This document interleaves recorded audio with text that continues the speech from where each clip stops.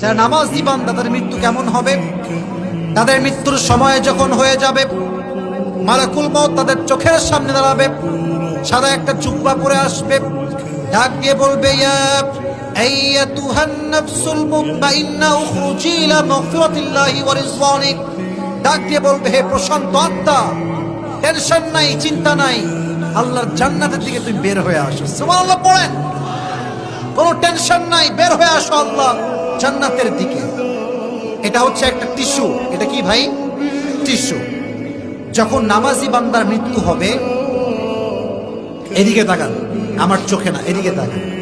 আল্লাহ তার রুহটাকে নেওয়ার জন্য আল্লাহর পক্ষ থেকে একটা রেশমি রুমালের কাপড় জান্নাত থেকে পাঠিয়ে দিবেন।